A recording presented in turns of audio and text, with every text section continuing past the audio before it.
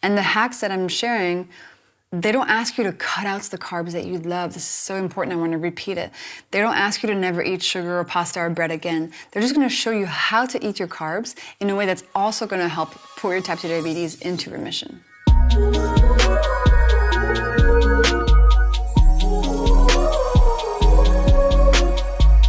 Hello angels, and welcome to the Glucose Goddess Show. I'm Justine Juspé, I'm a French biochemist, and I'm here to teach you about your body. In today's episode, we're going to cover insulin resistance, prediabetes, type 2 diabetes. I'm going to break some myths. I'm going to give you tips to reverse those conditions easily and without too much pain or complication. I'm really excited to get started with this topic. So let's do it. Okay, first things first, type 2 diabetes is a global epidemic. The International Diabetes Federation, they publish numbers every year, and they have found that 537 million adults in the world are now living with type 2 diabetes, and another 541 million are living with pre-diabetes. These numbers are getting worse every single year. So right now, 1 billion people in the world have either type 2 diabetes or prediabetes. And as I'm going to explain, this is all linked to insulin resistance. We need to do something about this. This is because of the food environment we live in. We need more regulation in food supply, food companies, but we also need to be educated so that we can figure out how to navigate this difficult landscape that is causing these issues. So you may have diabetes, you may know somebody who has diabetes, you may have insulin resistance, you may have prediabetes, or know somebody who does. This information is going to help you. The first thing you need to know is that these conditions are not genetic. Okay? Type 2 diabetes is not something that you are born with. It's not something that you cannot do anything about. It is something that is the consequence of the way you're eating and the way you're living. And it's not your fault, okay? The odds are stacked against you. All of the food accessible today is making our health worse and increasing this diabetes number worldwide. I'm going to give you information that's going to help you actually be able to navigate this complicated landscape. And how do we know that type 2 diabetes is not genetic? We have a few different proofs. First of all, type 2 diabetes used to be called adult onset diabetes. It was called that way because only adults would get it. Well, today, 5-year-old children are getting this condition, when that was not the case at all. And our genes have not changed so much. What has changed is what we're eating and the food environment. So that's clue number one. Clue number two, we know from scientific studies that identical twins, so people who have the exact same DNA to the letter, well, if one twin has type 2 diabetes, the other twin might not necessarily have it. It's not like both twins always have it or both twins always don't have it. It is due to other factors. So that's another really important clue, that one identical twin can have type 2 diabetes and the other one cannot have it. That means it is not 100% genetic. And finally, and I think for me, the most compelling piece of evidence is that hundreds of studies have shown us that if we change the way that we eat, we can put our type 2 diabetes into remission. Now, this is the key. If you've been diagnosed with diabetes, your only option is not to take medication for the rest of your life. If you're willing and if you're able to change how you're eating, you can put this condition into remission. Now, I know that for a lot of people, it's really hard to fathom changing how we're eating and our food habits, and it seems like something that is way too complicated and out of reach, but don't worry, the stuff I'm going to share with you today is actually simple, and you'll be able to do it. It's not a complicated diet, it's not super restrictive, it doesn't ask you to buy $35 smoothies. We're here for practical, easy tips. But first, before we get into all of the ways to solve it, I want to give you guys a little biology recap, biology 101, on what is insulin resistance and what is type 2 diabetes. The most important thing to remember that I think probably you might not know yet is that insulin resistance is a spectrum.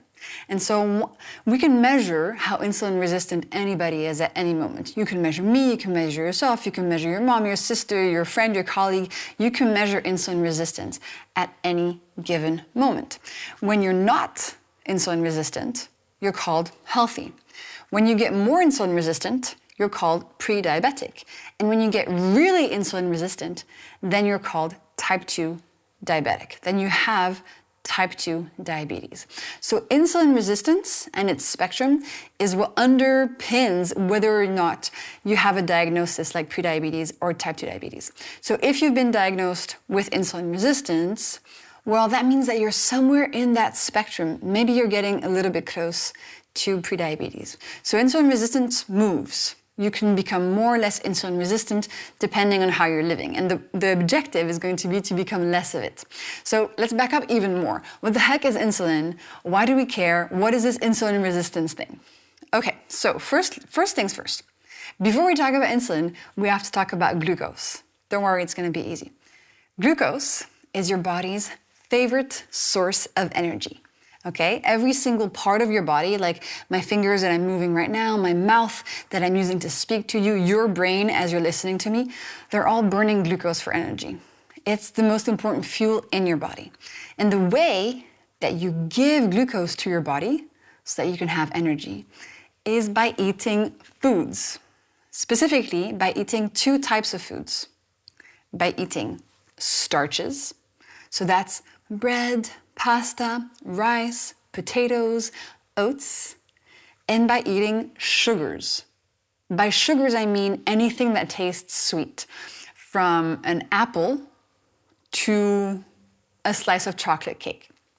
So when we eat these starches or these sugars, and they go into our mouth, they then break down into glucose because they contain glucose. So when you eat starches or sugars, they're going to increase your glucose levels in your body. And after a meal, if you ate a lot of those foods, and by the way, those foods are called carbs, generally, starches and sugars are called carbs. If during a meal you eat a lot of carbs, then you're going to experience what's called a glucose spike. That means just a quick delivery of glucose to your body. And you could actually see this if you were measuring your blood. You would see like a big spike, like the one on this graph right here. So glucose spikes are a problem. They make us tired, they make us have cravings, they inflame our body. And most importantly, for our conversation today, they lead to your body sending out insulin. Why does your body respond to glucose spikes with insulin? Because your body knows that big glucose spikes are not good for it. And so it calls your pancreas and it's like, hey pancreas, can you please send out some insulin to get that glucose spike down? So insulin arrives and grabs all the excess glucose and stores it away in your liver, in your muscles, and in your fat cells. So you might be wondering, well, how is it possible that if glucose is the energy of my body, how is it possible that I could give my body too much of it? Well, it's a bit like a plant. So this plant on my desk right here, I know that it needs some water to live and survive. But if I give the plant too much water, then it's going to drown and die. And the human body is the same. Some glucose, and it's really happy.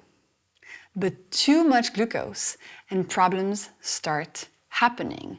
Notably, these glucose spikes. So, after a meal, you eat lots of carbs, big glucose spike happens in your body. Insulin comes in, grabs all the excess glucose, and stores it away into your cells. So far, so good? Okay.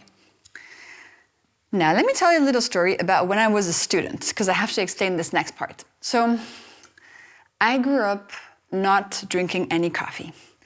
And then I moved to London and I was studying mathematics, and I had my very first coffee.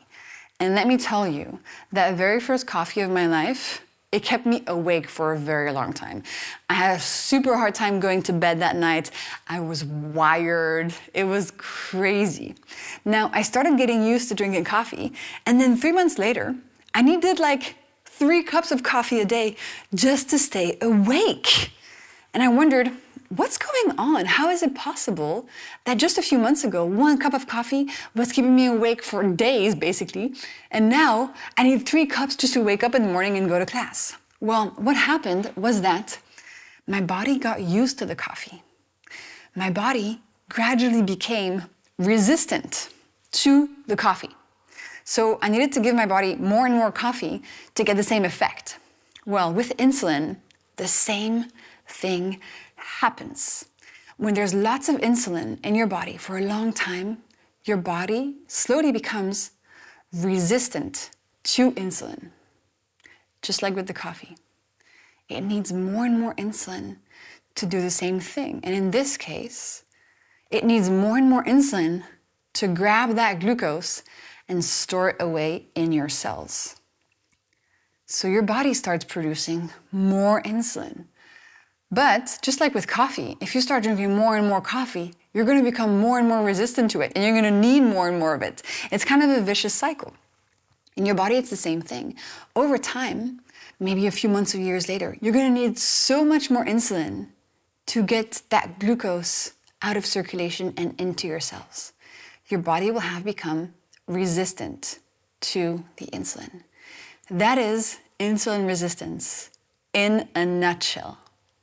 Now, what's the consequence? So let's say you keep eating the same way you've been eating. So you're eating carbs and they're increasing your glucose levels. And you're giving too much glucose to your body, but maybe you don't know it. Well, after a while, because of this insulin resistance, insulin is just not working very well anymore. And it's not able